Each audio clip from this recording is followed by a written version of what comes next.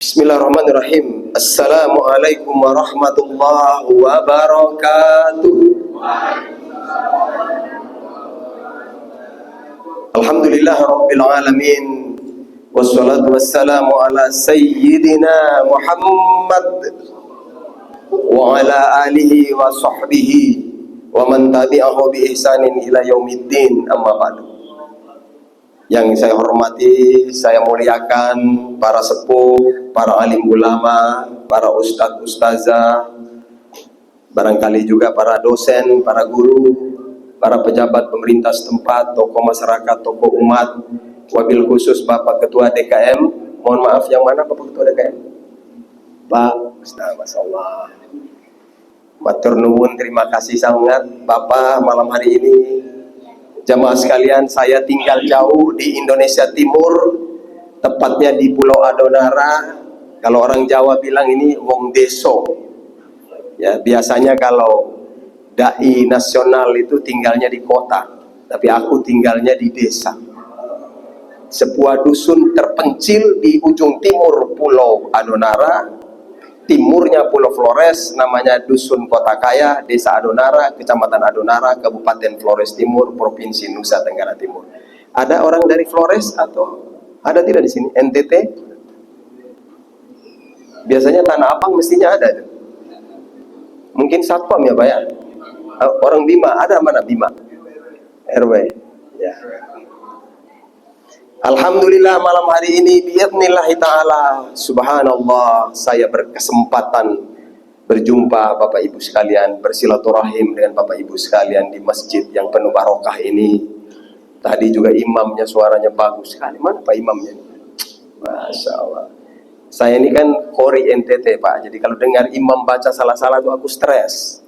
Ya, karena saya Dewan Juri Kori. Jadi kalau namanya Kori kan ya Bapak-Bapak tahulah kapasitasnya.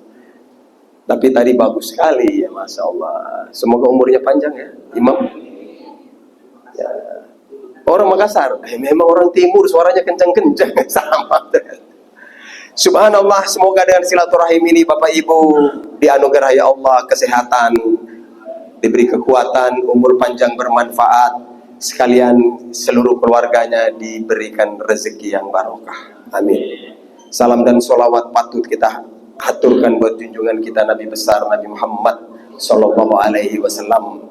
Mudah-mudahan di yaumil hisab kita berjumpa beliau, kita dapat syafaat beliau, kita masuk surga bersama beliau, duduk berdampingan dengan beliau. Amin, amin, Allahumma amin ya rabbal alamin. Baik bapak-bapak, ibu-ibu, tausiah ini lebih kepada storytelling, kita berbagi cerita saja. Kalau berkaitan dengan ilmu, banyak ulama di sinilah. Ya. Saya itu masa kecilnya beragama Katolik. Inilah, mama saya Katolik, bapak Islam. Tapi sebuah penyesalan yang tidak habis-habisnya. Mama saya itu ternyata tinggal di Tanah Abang, Pak. Di Kota Bambu ya, sini ada ya. Ya. Tapi mengakhiri hayatnya dalam keadaan Kristen. Tapi saya sangat sowan kepada beliau, sangat menghargai beliau. Karena memang Bapak Ibu, jangan kita sekali-sekali menyakiti orang tua kita walaupun tidak seagama. Betul tidak Bapak Ibu? Saya sudah merasakan loh, selama ibu saya belum rela, bisnis saya perantakan, hancur, hidup saya melarat. Tapi begitu bunda tercinta meridoi saya, cerah, semuanya kembali bagus. Jadi sekali lagi, jangan main-main dengan orang tua ya Bapak Ibu. Apalagi yang tidak berkesempatan berbuat baik, orang tuanya sudah meninggal. Nah ini harus banyak kita ingat untuk mereka. Banyak beramal soleh, banyak berdoa, banyak berwakaf untuk mereka. Karena wakaf itu adalah sodakotun jariyah. Pahala akan mengalir terus. Kalau sedekah biasa ya mungkin tidak sampai. Tapi kalau sodako jariyah, wakaf atas nama orang tua, insya Allah sampai. Karena pahalanya mengalir terus. Nah Bapak Ibu yang dimuliakan oleh Allah Subhanahu Wa Taala, saya itu tadinya sebenarnya mama Islam, tapi karena begitu kuat pengaruh Kristen, mama yang tadinya Kristen masuk Islam berbalik Kristen, mati dalam keadaan Kristen. Waktu itu saya dalam rahim ibu, akhirnya lahir di tengah-tengah keluarga ibu, di sebuah kota yang dulunya adalah kerajaan berbasis Katolik, dibentuk oleh Portugis. Ini mungkin satu-satunya kerajaan Katolik di Indonesia. Nah, ini kerajaan ini mama saya tinggal di situ, mereka termasuk suku-suku yang melingkari kerajaan itu. Jadi orang abdi dalamnya lah. Nah, bapak-bapak, saya akhirnya dibaptis, pada waktu itu dikasih nama Marcus da Silva. Keren ya, mungkin ada hubungan dengan pemain Persib Bandung ini. Nah, bapak-bapak, memang karena ini sebuah kerajaan dibentuk oleh Portugis, maka suku-sukunya juga dirubah dengan embel-embel Portugal. Ada suku da Silva, Fernandes, da Gomes, de Vasco, Ribeiro. Di sini ada tidak bapak-bapak? Nggak ada ya. Saya di waktu kecil, tapi saya bersyukur pada Allah, saya digembleng dengan pemahaman Kristen yang sangat fanatik, dengan ibadah yang luar biasa. Orang Kristen kan biasa cuma seminggu sekali, tapi saya itu digembleng sembahyang khusus, sembahyang malam, sembahyang pagi, sembahyang di gereja, sembahyang di rumah, sembahyang di lingkungan. Memang diharapkan jadi orang baik, jadi orang hebat, jadi pejuang Kristen. Nah, darah militan inilah mengalir juga dalam diri saya. Saya punya kakek yang Kristen itu, guru, malang melintang di pelosok, buka sekolah-sekolah dasar sampai di kampung-kampung Islam. Orang guru tempo dulu itu gajinya berapa? Mungkin honornya nggak cukup. Tapi mereka betul-betul punya dedikasi yang tinggi. Nah, akhirnya saya sebagai kader rencananya mau disekolahkan di seminari. Tahu seminari bapak-bapak? Itu macam pesantren itu, tapi punya orang Kristen.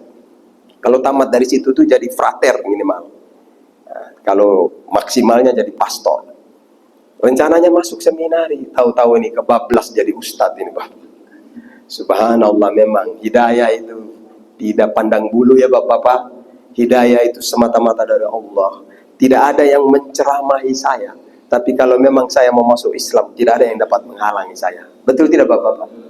Maka ketika masuk Islam, karena ayah saya Islam, mereka itu dari jalur keturunan delegasi Kesultanan Ternate, dari jalur ulama. Jadi memang pinter juga ayah saya. Ambil dari kerajaan Katolik, nikah dikasih Islam. Cuma sayangnya tidak terjaga Islamnya. Maka saya bilang sama ayah, Pak, jangan sampai kasus ini terulang dalam diri saya. Mama masuk Islam, kembali Kristen. Mudah-mudahan Markus masuk Islam, kembali lagi, tetap Islam sampai mati. Ya Bapak Ibu? Nah, mungkin ibu saya kurang belajar agama, jadi saya harus belajar agama.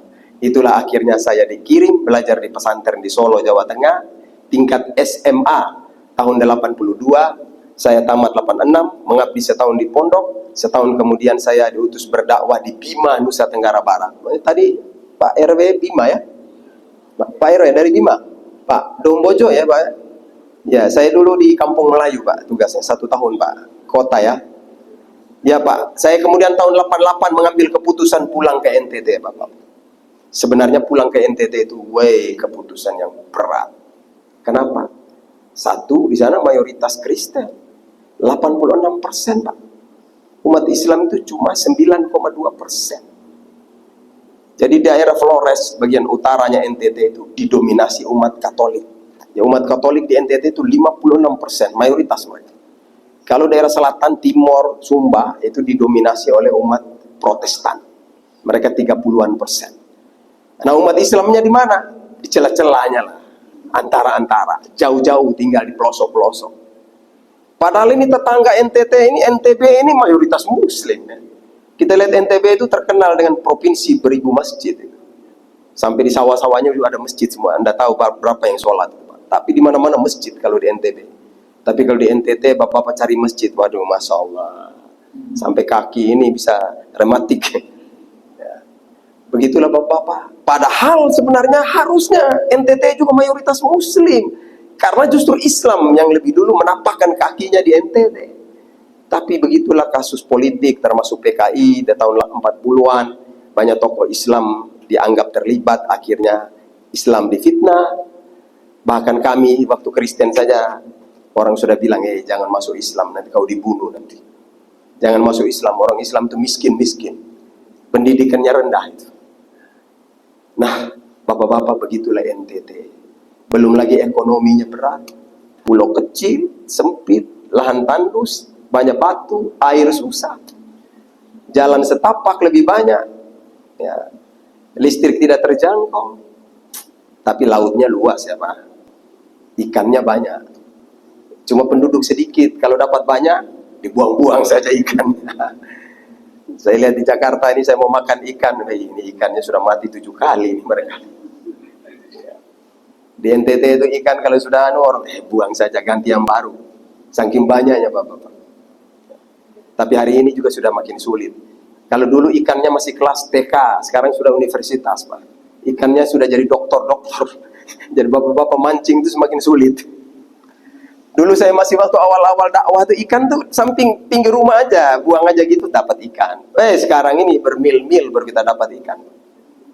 Maka memang bisnis di NTT itu berat. Orang mencoba bisnis laut karena memang paling potensial. Investor asing hadir di sana. Dari Korea Selatan, Jepang. Gulung tikar Pak. Saya hitung tidak sampai 10 tahun. Out. Berat.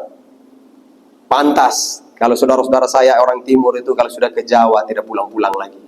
Termasuk Bapak yang memang Jakarta ini luar biasa Bapak-bapak ya. Bersyukur tidak Bapak Ibu jadi orang Jakarta walaupun tinggal berhimpit. Bersyukur Bapak Ibu? Ini kalau tidak bersyukur, saya doakan bapak-bapak pindah di NTT saja. Bapak Ibu, tapi di tempat ini saya pijakkan kaki sekali injak tidak akan bergeser Pak. Walau banyak saudaraku tidak bertahan di sana karena pilihan hidup mereka merantau Pak. Tapi saya berprinsip, saya sudah masuk Islam di wasilah Al-Quran. Saya sudah belajar Quran dan terus belajar. Saya menemukan hikmah yang luar biasa dari Islam. Ternyata Islam yang dituduhkan tidak seperti itu. Islam ini baik, damai, selamat. Dimanapun kalau datangnya Islam, insya Allah membawa rahmat bagi alam semesta. Sepakat Bapak Ibu? Subhanallah, Bapak Ibu yang dimuliakan oleh Allah Subhanahu Wa Taala. Tapi saya berpikir, saya tampil di NTT, nggak boleh kere-kere, harus elegan, harus top tier, harus punya power, punya kekuatan. Dan salah satu kekuatan terbesar, harta. Betul tidak Bapak-bapak? Tapi saya berpikir, gimana caranya? Saya awal pulang tuh kena fitnah. Wah, ini tamat pesantren, nanti bakal jadi teroris, ekstremis. Orang pesantren begitu. Ustadz itu jangan percaya. Lama-lama nanti ini dia melanggar adat. Kualat dia, keluarganya nanti mati. Apalagi saya masih miskin Pak, artinya belum punya apa-apa Pak. Tentu saya menjadi bahan cerita. Ini sekolah sampai di kota pulang pegang cangkul. Gak apa-apa Pak. Memang saya berprinsip, saya harus pegang cangkul, jadi petani Bapak-bapak. Tapi saya akan menjadi petani yang besar, ya Bapak-bapak ya, punya visi. Petani yang punya harta. Kenapa? Karena dengan harta bisa membeli surga. Karena dengan harta kita bisa membeli dunia. Betul tidak Bapak-bapak? Allah berfirman, A'udzubillahi minasyaitonirrajim. Bismillahirrahmanirrahim. Ya ayyuhalladzina amanu hal adullukum ala tijaratin tunjikum min adzabin alim. Tu'minuna billahi wa rasulihi wa tujahiduna fi sabilillahi bi amwalikum wa anfusikum. Dzalikum khairul lakum in kuntum ta'lamun. Hai orang-orang yang beriman, maukah aku tunjukkan kepadamu sebuah bisnis yang dapat menyelamatkan kamu dari azab yang pedih? Ayat ini sangat menginspirasi saya. Terbayang saya. Azab yang pedih itu kan doa imam tadi, Allahumma ajirna, ya. Neraka. Kata Allah, neraka aja gue selesaikan. Apalagi tantanganmu Arifuddin, kecil. Lu takut miskin, gampang gua bikin lu kaya. Lu tidak punya anak, gampang diberi keturunan. Apa yang tidak mau? Tapi amalkan bisnis ini. Bisnis apa itu? Dua. Bisnis iman, bisnis jihad. Iman dengan sempurna. Yakin pada Allah, yakin pada sunatullah, berjalan sesuai naluri alamiah, terus kerja keras, jihad, fisik harus kuat, harus punya harta. Kita bisa berbagi. Betul tidak Bapak-bapak? Maka seorang da'i layaknya harus fisiknya juga kuat. Ini ceramah keliling saya kemarin datang tanggal 15 Juni Pak. Langsung dicerca dengan jadwal. Mulai ke Malang, Malang pulang Surabaya, isi subuh Surabaya, maghrib Sidoarjo, terus Gresik, Lamongan, Mojokerto, Ponorogo, Madiun. Terus harus berangkat malam itu pulang ke Jakarta, terus ke Lampung. 3 hari di Lampung, kembali ke Jakarta. Hari Ahad saya isi subuh di sini. Sampai hari ini sudah titik ke-6 malam hari di sini. Ini kalau fisiknya tidak jos, nggak bisa nih Bapak Ibu ya. Nah, Bapak-bapak, maka alhamdulillah saya jadi petani. Di sini ada petani? Tapi saya tanamnya jambu mente, Bapak-bapak. Jangan di tanah sawah ya Pak ya, di sana susah sawah. Saya juga jadi peternak Pak. Hari ini saya peternak sapi. Bapak-bapak kalau mau pesan sapi dari NTT boleh. Nanti saya kirim untuk kurban ke sini. Ya, ini Pak DKM boleh kerjasama dengan tapi ada nilai perjuangan Pak. Di sini juga banyak sapi, tapi kalau dengan Ustadz kan barokahnya beda. Nah Bapak-bapak, saya diuji betul-betul. Tahun pertama berdakwah, putra sulung saya meninggal. Seolah-olah apa yang dikatakan orang awam itu benar. Tahun kedua meninggal satu lagi. Istriku sedih, tapi saya bilang sama istri, Bu, sabar. Rahimmu itu adalah tempat amanah Allah. Kalau Allah berkehendak beri anak yang banyak, asal lu siap melahirkan saja. Alhamdulillah Allah beri saya anak banyak Bapak. Berapa orang? 10 orang lahir lagi. Ibu-ibu mati 2 ganti 10, 12. Yang hidup 10 tambah saya 11, pas 1/11. Tapi saya bilang sama istri, punya anak banyak tidak boleh terlantar, punya anak banyak harus berpendidikan, punya anak banyak harus soleh solihah, punya anak banyak harus satu visi misi membantu bapaknya berjuang di tempat yang krisis seperti ini. Betul tidak Bapak-bapak sekalian? Subhanallah, Allah kabulkan doa saya, Masya Allah. Hari ini saya punya cucu sudah 4 orang Bapak-bapak. Luar biasa Bapak-bapak. Saya sudah 37 tahun berdakwah di sana. Awalnya begitu berat. Tapi saya pulang dari pasar, saya bilang istri, Bu, dakwah tidak menunggu waktu. Setiap momen harus berdakwah. Bisnis sambil berdakwah. Hasilnya ini seluruhnya kita infakkan di jalan Allah. Perintah Allah begitu. Mau jihad itu lebih dulunya harta. Betul tidak Bapak-bapak? Baru diikuti dengan lahir batin. Mohon maaf. Ada preman pernah tanya saya, Ustadz, baik saya ini banyak dosa. Nanti kalau kita ada perang suci di Indonesia ini, aku mau jihad. Jihad apa Pak? Aku perang, biar mati dulu. Kenapa Pak? Tebus dosa biar masuk surga. Saya bilang boleh juga, tapi belum tentu Pak. Karena masuk surga itu ujiannya berat. Kesabaran, tidak main potong kompas gitu aja sampai Pak. Betul tidak Bapak-bapak Ibu-ibu ya? Dicoba dulu Pak.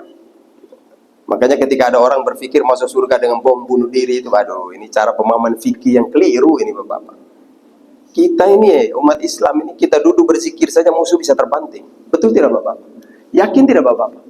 Antum sholawat aja itu, COVID juga bisa pergi semua. Cuma kita kurang sholawat itu.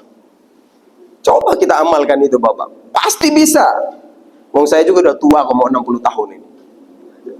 Nah, Bapak-bapak, saya bilang istri, ini semua kita infakkan. Istri saya kaget. Ustadz, mangannya bagaimana? Termasuk makan.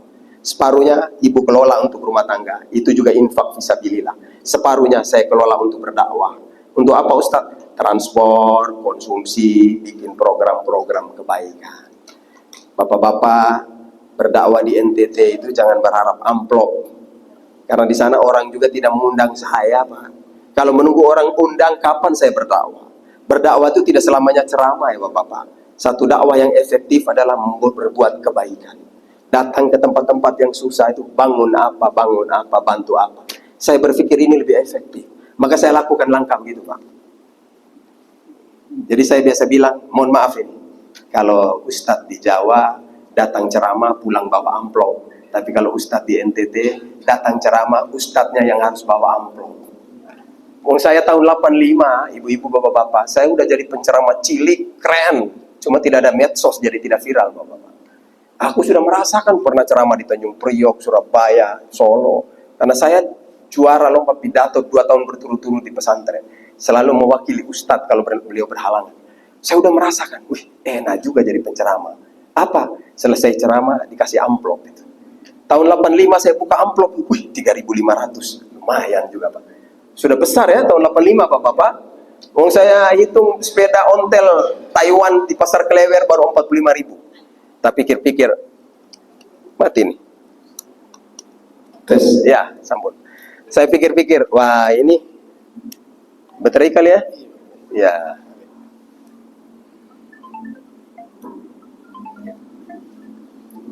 Saya pikir-pikir, wah ini 10 kali naik mimbar bisa beli sepeda ontel ini Bapak-bapak.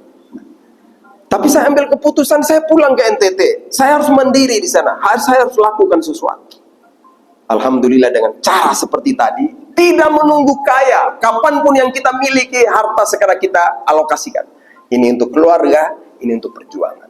Maka alhamdulillah ternyata tadinya saya tidak diterima, akhirnya bisa diterima. Kenapa begitu? Prinsip saya pertama, kalau kita berdakwah ikhlas lillahi ta'ala. Artinya singkirkan kepentingan-kepentingan, termasuk politik. Artinya bukan Islam tidak boleh berpolitik, tidak. Tapi personal saya ketika berada di jalur dakwah, sebaiknya teruskan dengan jalur dakwah. Yang teman-teman di jalur politik, teruskan dengan jalur politik. Karena bagaimanapun menurut saya, politik dan dakwah tidak akan bisa bersatu. Betul tidak Bapak-Bapak? Tapi saudara menggunakan politik untuk berdakwah, monggo silakan.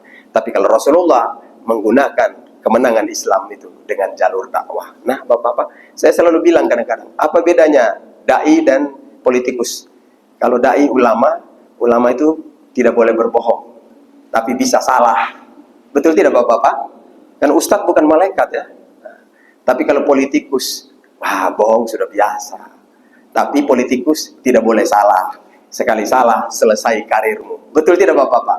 Nah Bapak-Bapak, maka saya ketika ditawar, saya bilang sama teman-teman di partai, oke, aku dukung, aku respect dengan politik. Cari kader yang bagus, saya siap backup mereka. Tapi saya biarlah jadi DPR dunia akhirat. Nah, betul tidak Bapak-Bapak? Makanya malam ini bisa sampai di dapil sini Pak. Coba kalau aku DPR-nya Flores Timur, nggak bakalan sampai di sini Pak. Itu satu Bapak-Bapak. Jadi maksud saya dakwah karena Allah itu artinya betul-betul hati ini tulus, ikhlas, introspeksi. Bahkan saya tidak pernah pasang target berdakwah supaya orang Kristen masuk Islam. Tidak Pak. Maka ketika Bapak-Bapak tanya saya, Ustadz sudah berapa orang yang Ustadz masuk mu'alafkan mereka? Pertanyaan yang sangat saya tidak suka jawab Pak. Karena justru saya kalau ada orang mau masuk Islam tuh, orang Jawa bilang tak seneni. Saya marah-marah sama mereka. Karena saya khawatir Islamnya nggak benar ini. Nanti lama-lama cuma karena nikah saja dia masuk Islam. Selesai itu pergi dia tinggalkan anak-anak kita. Maka saya bilang kalau yang masuk Islam itu belajar dulu supaya betul-betul jadi Muslim yang benar. Begitu Bapak-Bapak sekalian. Kenapa? Karena saya berprinsip orang masuk Islam dan tidak itu bukan karena saya. Ya Bapak-Bapak, itu kan domainnya Allah. Tanpa saya pun kalau Allah berkehendak orang masuk Islam Pak. Tapi tugas saya hari ini untuk apa berdakwah? Untuk diri saya sendiri. Siapa yang bilang? Allah. Mana firmannya? Waman jahada fa innama yujahidu li nafsi. Siapa yang berjihad? Jihadnya untuk dirinya sendiri. Maka kalau di jihad itu untuk diri sendiri, ya berpikirlah pembicaraanmu. Kalau kau tidak suka disakiti, jangan menyakiti orang. Betul tidak Bapak? Kalau kau tidak suka dihina agamamu, jangan menghina agama orang. Maka saya tidak pernah Bapak menghina agama Kristen. Apalagi saya dulu dia ada di Kristen Pak. Ya. Kenapa begitu? Ini firman Allah. La tasubul ladzina yad'una min dunillahi fasubullahi adban bighairi ilmin. Jangan kamu menghina Tuhan-Tuhan orang-orang yang menyembah selain Allah, karena mereka nanti akan menghina Tuhanmu dengan serampangan tanpa ilmu. Kadzalika zayyana likulli ummatin amalahum. Yang demikian itu karena setiap umat dijadikan indah apa yang diamalkan. Nah, begitu Bapak-Bapak ya. Prinsip ini membuat saya tetap stabil, dakwah saya motivasi, menginspirasi. Jangankan orang Islam, orang Kristen juga suka dengar saya ceramah Pak. Karena tidak ada unsur paksaan. Saya lebih banyak memberikan nilai-nilai ilahiyah kepada umat. Begitu Bapak-Bapak. Yang kedua, berdakwah itu ternyata harus diikuti dengan amal soleh. Ini integritas ya Pak. Ustadz teriak sedekah, Ustadz harus duluan sedekah. Betul tidak Bapak-Bapak? Nah, maka Bapak-Bapak saya berpikir, amal soleh, kalau sholat, biasalah, Ustadz biasa. Puasa, barang biasa. Tapi harta, bagaimana Ustadz bisa berkorban harta, ini yang paling berat. Nah, maka Bapak-Bapak, saya berpikir, wah dakwah ini nggak penting. Saya dipanggil ceramah atau tidak, gampang. Wong di desanya itu juga sudah ada ustadz-ustadz pintar ceramah semua kok. Yang sulit itu ketika kita membantu harta pada umat Islam. Maka Bapak-Bapak, saya bikin program seperti kurban. Saya itu tidak berdakwah cuma di kampung saya, enggak. Sepelosok-pelosok saya masuk. Sampai di Pulau Timor, dekat perbatasan Timor Leste saya masuk. Pak, di sana tuh. Sampai hari ini saja masih ada orang animisme. Ada satu desa, 37 kepala keluarga. Tidak bisa bahasa Indonesia. Yang bisa cuma putri rajanya. Saya jalan kaki ke situ Pak, masuk. Wih, ketika masuk desa Pak, itu pasukannya itu melihat kita tuh, wih takut juga Pak. Kayak di film-film horor Pak. Mereka keluar dari hutan, sembunyi kepala, begitu. Tapi saya lihat di situ itu terpampang poster-poster Golkar semua, Pak. Saya tanya, bapak-bapak di sini Golkar ya? Ini pilih presidennya siapa? Soeharto. Padahal sudah zamannya Abu Rizal Bakri, masih pilih Soeharto. Masya Allah. Bapak-bapak, saya bikin program kurban. Beli sapinya mereka, sembeli pagi mereka. Tahun depan saya datang, ada yang masuk Islam. Temanku bilang, Ustaz, tetangga itu sudah masuk Islam. Kenapa? Gara-gara kurban, Ustaz. Saya panggil dia, bang, sini. Kenapa lu masuk Islam? Ustaz, Islam ini enak, Ustaz. Enak apanya? Ustaz beli sapi, Ustaz sembeli, dagingnya bagi dengan kami juga makan. Enak Islam ini, masuk Islam saja. Ternyata bapak-bapak orang masuk Islam begitu gampang ya. Subhanallah. Begitu bapak-bapak cara saya. Nah, bapak-bapak yang berikut, saya punya prinsip hidup ini. Tampillah Anda sebagai orang Muslim. Tidak Muslim A, tidak Muslim B. Yang A, B itu organisasi, wadah berdakwah, bukan karakteristik kita. Jadi mohon maaf. Mulai sekarang rubah cara berpikir. Saya Islam Muhammadiyah, saya Islam NU. Jauhkan itu, nanti tidak diterima di surga. Kita Islam saja bapak-bapak ya, sepakat ya bapak-bapak. Adapun karakter silakan, fikih benar semua, nggak ada yang salah-salah. Saya sudah belajar bagaimana NU, bagaimana Muhammadiyah, saya belajar dalam. Kalau kita mau berdebat sia-sia saja Pak. Ulama hebat. Ya bapak-bapak ya. Nah bapak-bapak, maka saya itu tidak tampil begini. Kalau saya lagi ceramah kan begini Pak. Tapi saya tampil di mana-mana. Mau saya di NTT itu dikenal sebagai pemain bola Pak. Mana Mas? Sama ya bapak-bapak ya. Saya sampai sekarang masih main bola ini Pak. Kalau bapak-bapak ibu-ibu ke NTT tanya, mana Kiai Arifuddin? Orang nggak kenal di sana Pak. Tapi bapak-bapak bilang, itu loh Ustadz pemain bola tertua. Orang kenal bapak-bapak. Nah, ternyata media bola kaki saya manfaatkan untuk dakwah. Kenapa? Saya kumpulkan anak-anak muda Islam Kristen, saya latih bola kaki, saya juga pemain. Yang namanya pelatih harus bisa main juga ya bapak-bapak ya. Kemudian saya juga dengan mereka, saya bikin turnamennya mereka, saya sumbang, beli piala, beli. Tiba-tiba kita di NTT bapak-bapak. Ini anak-anak muda ini kalau mau main itu masih minuman moke itu, minum arak. Tahu arak ya bapak-bapak ya? Nah, saya sampai tegur, ini mau pertandingan, lu masih minum ini. Ustadz, sedikit saja Ustadz. Ini kan air kata-kata Ustadz. Kalau kita minum ini tambah hebat kita ini. Sampai segitunya bapak-bapak. Saya bilang, mau bisa seperti Ustadz, sudah umur begini masih bisa main bola, tinggalkan minuman keras itu. Saya bilang sama mereka begitu. Nah, bapak-bapak, ternyata ketika di lapangan bola, anak-anak itu baru di sliding, berkelahi Pak. Ribut antar penonton. Kesempatan itu kadang panitia bilang, Ustadz, tolong ya berikan pencerahan. Aku ceramah di lapangan bola Pak, tapi nggak pakai peci, pakai sepatu bola.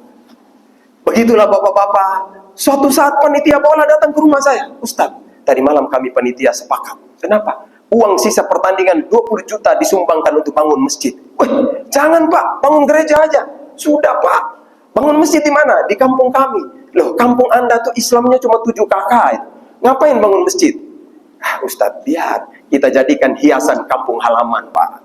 Masya Allah. Padahal bapak-bapak, susahnya bangun masjid di NTT Pak. Ini orang Kristen datang bilang saya kita bangun masjid. Nah, begitulah bapak-bapak. Ternyata dakwah ini dengan membawa kebaikan, balasannya juga kebaikan. La tastawil hasanatu walas sayyi'ah idfa billati hiya ahsan. Tidak sama kebaikan dengan keburukan itu. Tolaklah keburukan dengan cara yang paling baik. Jadi bapak-bapak, saya bangun pesantren di NTT di tengah-tengah komunitas Kristen. Sudah dari tahun 2002 sampai sekarang, santri hampir 100. Gratis, tidak pernah bayar Pak. Orang Kristen heran dengan saya. Ustadz, caramu gimana itu? Tampung 100 santri, tidak minta sedekah, tapi bisnismu lancar. Saya bilang, kami orang Islam, kunci garis besarnya 2. 1, kami cuma yakin, la ilaha illallah Muhammad Rasulullah. Kedua, kami itu jihad Pak. Bapak takut ya kalau saya bilang jihad ya Pak. Itu maksudnya kerja keras, cari harta, fisik kuat, berbagi. Allah menjamin rezeki kita. Begitu bapak-bapak cara saya. Maka aktivitas seperti ini saya dikenal oleh lembaga-lembaga filantropi di Jawa. Salah satunya yang menghadirkan saya ini, Badan Wakaf Al-Quran. Mereka bilang ada ustadz muda, brilian, militan, pelosok-pelosok, pagi Quran. Ya Pak, bagaimana saya tidak pagi Quran? Saya masuk ke desa-desa itu anak-anak ngaji berebutan Quran, Pak. Quran ini satu, baca bergantian. Saya tanya, Bang, lu tidak bisa beli Quran? Bisa Ustaz, tapi kita beli di mana di sini? Di sini kan toko-toko kan orang Kristen semua. Maka saya bilang sama istri, keluarga saya, kumpul duit, kumpul Quran, kita bagi mereka. Saya kadang-kadang ke Jawa tuh cari Quran, minta. Dulu saya masih ingat pulang bawa sagardus. Wih, senang, Pak. Dipikul sendiri. Dulu kan pulang ke kampung itu 7 hari 7 malam baru sampai, Pak. Kita lewat jalan darat, naik satu mobil turun sampai kampung. Nah, alhamdulillah hari ini udah bisa lebih cepat ya Bapak-Bapak. Maka Bapak-Bapak akhirnya BWA mengajak saya, Ustaz, kita kolaborasi. Tahun 2009 saya diundang ke Jakarta. Mereka bilang, kami mau ekspansi proyek wakaf di Indonesia Timur. Antum bantu kami untuk distribusi Quran. Wih, mantap. Tapi saya bilang, NTT itu kan mayoritas pulau-pulau daerahnya. Bagusnya kita distribusi dengan kapal. Gini aja Bang, aku punya kapal, tak wakaf aja. Oh diwakafkan? Iya, kita bikin kapal dakwah. Ini kapalnya Pak. Ini sudah direhab, sudah dilapis fiber, lengkapi fasilitas. Ini kalau di Labuan Bajo, atau Labuan Bajo Bapak-Bapak, turis sekali pakai itu 200 juta Pak. Tapi saya nggak mau, karena nggak mungkin muat turis lagi ini kapal wakaf Pak. Saya sekarang ini muat Quran Bapak. Jadi ditanya, kapalnya di mana? Di NTT. Siapa yang bawa datang? Nanti aku sendiri Mas. Begini-begini kan kapten juga nih Pak. Saya berlayar 7 hari dari NTT sampai Jakarta. Tahun 2011 saya bantu fundraising. 2012 dananya terhimpun, mereka rehab, renovasi kapal. 2013 launching di KPLP Tanjung Priok. 2014 pelayaran perdana. Saya pulang bawa 1000 Quran. Bapak-bapak, senangnya saya, hatiku berbunga-bunga. Ya Allah, dulu cuma 10-20 buah Quran, sekarang bawa 1000 Quran. Tambah senang lagi, sampai di NTT orang berebutan seperti pasar ikan Pak. Saking kewalahan saya bilang begini, Bang, sabar dulu, ini Quran wakaf ini, ada prosedur. Ini bukan Quran politik.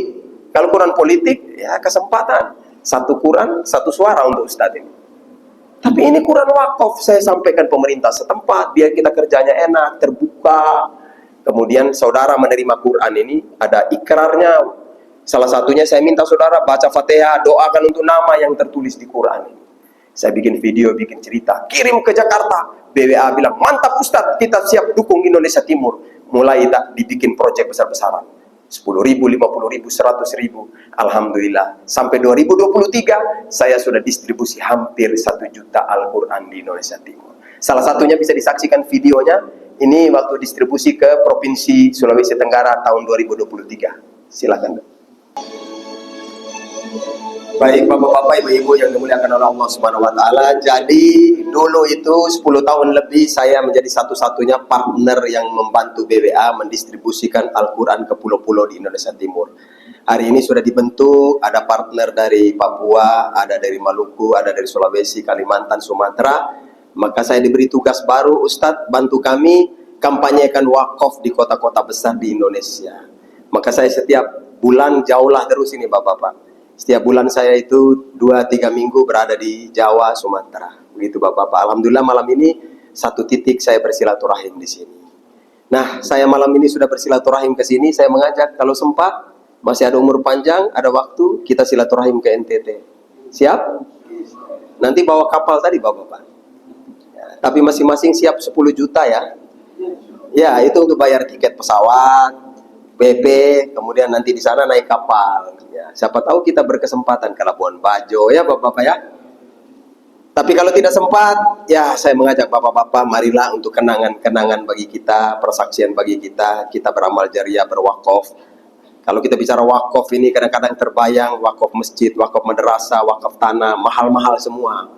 Tapi ini ada satu proyek yang luar biasa, wakaf Quran. Ini luar biasa Bapak. Harta yang murah meriah tapi nilainya tidak ada tandingannya. Subhanallah ya Bapak-bapak. Nah, ini luar biasa. BWA menawarkan kita berbagai paket. Ada paket 100 Quran, ada paket 50 Quran, ada paket 20 Quran.